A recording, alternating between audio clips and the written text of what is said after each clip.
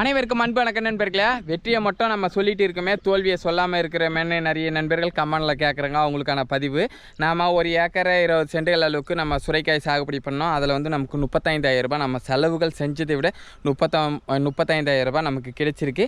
இதில் என்னுடைய உழைப்பை நம்ம கணக்கு பண்ணல.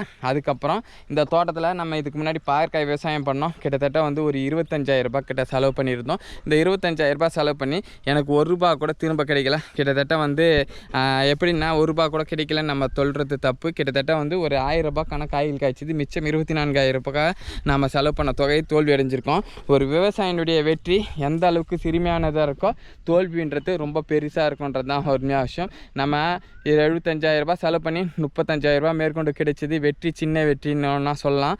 ஆனால் 25,000 ரூபாய் செலவு பண்ணி 1000 ரூபாய் மட்டும் தான் கிடைச்சிது. இது எவ்வளோ பெரிய தோல்வி.